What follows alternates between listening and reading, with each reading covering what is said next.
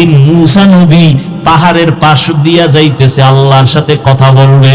হঠাৎ তাকায় দেখে একটা পাথর কান্না করে, নহর জারি করলো।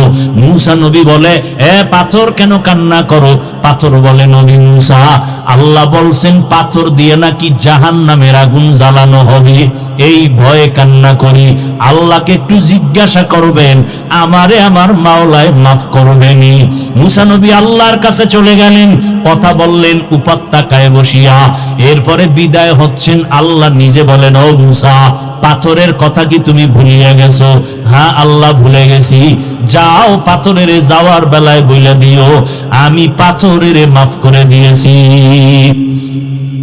মূসা নবী যাওয়ার বেলায় পাথরের ডাক দিয়া কয়, পাথর আর কান্না করিস না, আল্লাহ তোকে মাফ করে দিয়েছেন।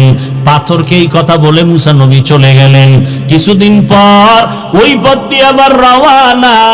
হঠাৎ নজর করে দেখে ওই পাথর আজও কান্না করে, বন্ধ করে নাই।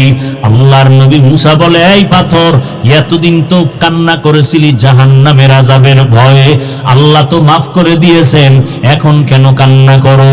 পাথর ডাক দিয়া কয়, নবী মূসা, এতদিন আমি কান্না করার পর আমি বুঝতে পেরেছি আমার মাওলার কাছে কান্না বড় মায়ার, বড় প্রিয়। এতদিন আমি কান্না করে বুঝলাম আল্লাহ কান্না পছন্দ করেন, এই জন্য আমি এতদিন কাঁদছি জাহান্নামের ভয়। এখন আমি কান্না করি আল্লাহর মুহাব্বত বাড়ানোর জন্য। ওমরে ফারুক কান্না করে, ভাই আবু হুরায়রা, হাসরের ময়দানে আল্লাহর সামনে কেউ কথা বলার সাহস হবে না। ওই সময় জাহান্নামের আওয়াজ, মানুষগুলো পাগলের মতো হয়ে যাবে। আল্লাহ যদি ঘোষণা করে সব মানুষ জান্নাতে যাবে, একজন মানুষ জাহান্নামী হবে, আমি ওমর ভয় পাইতেছি ওই জাহান্নামী আসামিটা আমি ওমর হয়ে যাই কিনা, এই ভয়ে কান্না করতেছি। ও আল্লাহর বান্দারা, ও যুবক, পর্দার আড়ালের মা বোনেরা, ও বৃদ্ধ বাবাজিরা, আমি এতক্ষণ আপনাদেরকে যে কথাগুলো শুনাইলাম, আমি কিন্তু একবারও বলি নাই আমার মতো পাঁচকুল্লি টুপি সবাই মাথায় দাও, না হয় গুনাহ হবে। একবারও বলি নাই, বলবো না। আমি কওমি মাদ্রাসায় পড়েছি, একবারও বলি নাই কওমিতে না পড়লে তুমি জাহান্নামী, বলি নাই, বলবো না। আমি তাবলীগের লাইনের সন্তান, একবারও কিন্তু আমার কলিজার একটা যুবকেরও বলি নাই তাবলীগ যদি না করো জাহান্নামে যাইবা।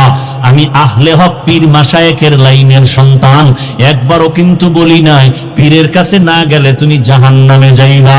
তাহলে আমি কি বললাম? তোমাকে এই কথাও বলি না, এ যুবক, স্কুল কলেজ বাদ দিয়া আমগো মাদ্রাসায় এসে বড় হুজুর হও, তাও কিন্তু বলি নাই। কি বলতে চাই? দুনিয়ায় যতদিন বেঁচে থাকবারে বাবা, গোলামি করবা আমার আল্লাহর, আদর্শ মানবা মদিনাওয়ালা নবীর। স্কুলে পড়া নিষেধ না, যারা স্কুলে পড়ো আলহামদুলিল্লাহ, কলেজে পড়ো আলহামদুলিল্লাহ, দোয়া করে গেলাম ডাক্তারি পড়ো, ডাক্তার হয়ে যাও, ইঞ্জিনিয়ারিং পড়ো, ইঞ্জিনিয়ার হও, তবে বেয়াদব হইবা না। তোমার ব্যবহারে যেন কোনো আলেমরা কখনো কষ্ট না পায়, তোমার ব্যবহারে যেন মা বাবা কখনো কষ্ট না পায়, তোমার ব্যবহারে এলাকার মুরব্বীরা যেন কষ্ট না পায়, তোমার ব্যবহারে কোনো মানুষের অন্তরে যেন কষ্ট না পায়। কষ্ট পাইলে বরদোয়া আসবে, বরদোয়া যদি আসে জীবনে সফল জীবন লাভ করতে পারবা না। অতএব সবার সাথে ভালো আচরণ করবা, আল্লাহর কোরআনটা পড়বা, পাঁচ বেলার নামাজ ঠিক মতো পড়বা, মা বাবার দোয়া ছাড়া চলবা না। মা বাবার দোয়া ছাড়া আমিও চেয়ারে বসতে পারি নাই, মা বাবার দোয়া ছাড়া তুমিও পরীক্ষায় পাশ করো নাই। ওই মা বাবার দোয়া নিও, আলেম ওলামা পাইলে দোয়া চাইও, পরামর্শ নিয়ে চলিও রে বাবা। তোমার মতো যুবক জীবনে মাদ্রাসায় পড়ে নাই, স্কুল কলেজে পড়িয়া 5 ওয়াক্ত নামাজি আছে না নাই? তুমি কেন পারবা না? এখন থেকে তৈরি হয়ে যাও, আল্লাহর ভয় অন্তরে জমা করো, স্কুলে পড়ো, কলেজে পড়ো, মনেরে বুঝাও, ও মন, আমার মতো যুবক স্কুল কলেজে পড়িয়াও যদি নামাজ পড়ে আমি কেন পারবো না? আমার মতো যুবক যদি র্যাব, আর্মি, পুলিশ, বিডিআর এর চাকরি করে নামাজ পড়ে আমি কেন পারবো না? আজকে থেকে তৈরি হয়ে যাও, আর নামাজ ছাড়বা না, বেপরদায় চলবা না, দাড়ি কাটবা না, মা বাবারে কষ্ট দিবা না, উলামায়ে কেরামের বিরোধিতা করে গুনাহগার হবা না, দেশের বিরুদ্ধে জাতির বিরুদ্ধে ষড়যন্ত্রে লিপ্ত হবা না। যেখানেই থাকো নবীর তরিকা সুন্নাত অনুযায়ী চলবা, জবানকে কন্ট্রোল করবা, হাত আর চোখ কন্ট্রোল করবা, অন্তরের কল্পনার গুনাহ থেকে নিজেকে হেফাজত করবা। তবে এটাও সত্য কথা, সবার নসিবে তওবা নসিব হবে না। কেউ তওবার নিয়ত করে বসবে, তওবা করিয়েই যাবে। কারণ আবু জাহাল নবীরে 13টা বছর দেখলো, বয়ান শুনলো, কালেমা পড়লো না। আর ওমরের মতো বান্দা নবীর গর্দান কাটতে আসিয়া মুসলমান হয়ে গেল। এই জমিনে কিছু মানুষ ওই আবু জাহালের মতো শক্ত অন্তরওয়ালা, এরা হাজারো বয়ান শুনবে, চোখে পানি আসবে না, মোনাজাতে কান্না করবে না, তওবার নিয়ত করবে না, ময়দানের বাইরে যাইয়া বিভিন্ন মন্তব্য করে আরো গুনার পাল্লা ভারী করবে। আর একদল বান্দা ওমরের মেজাজওয়ালা, গুনাহ নিয়ে ঢুকবে, হঠাৎ করে গুনার কথা স্মরণ যখন হয়ে যাবে, একা একা বয়া বয়া কান্না করবে আর বলবে, ও দয়ার মালিক, মনে হয় যেন এই মাঠের মধ্যে আমার মতো গুনাহগার কেউ নাই। আমার গুনার কারণে আমার হাত না পাক, আমার চোখ না পাক, আমার জিহ্বা না পাক, আমার অন্তর না পাক। আমি কত মানুষের কষ্ট দিলাম কথার দ্বারা, কত কষ্ট দিলাম মাকে, কত কষ্ট দিলাম বাবাকে, কত কষ্ট দিলাম কত বন্ধুকে, কত মুরব্বীকে।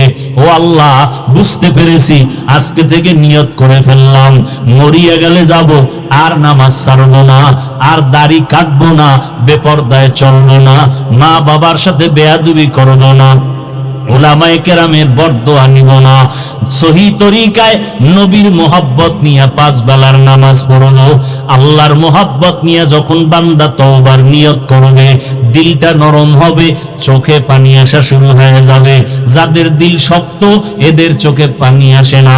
ও আল্লাহর বান্দারা, তওবা করার যদি কারো অন্তর তৈরি হয়ে যায়, মুনাফিকি না থাকে, খাঁটি তওবার নিয়ত যাদের অন্তরে আছে, আজকে থেকেই নবীর তরিকা মেনে চলবা, জবান আর চোখ আর হাতের দ্বারা গুনাহ করবা না, নামাজ ছাড়বা না। আজকে থেকেই যাদের পাক্কা নিয়ত হয়ে গেল, তাদেরকে বলবো, খাঁটি তওবার নিয়তে দুটো হাত আমার আল্লাহকে দেখাইয়া দেই। আয় আল্লাহ, হাতগুলো কবুল করে নেন, তওবা কবুল করে নেন, তওবার উপরে মজবুত হইয়া চলার মতো তৌফিক দান করেন, আমিন।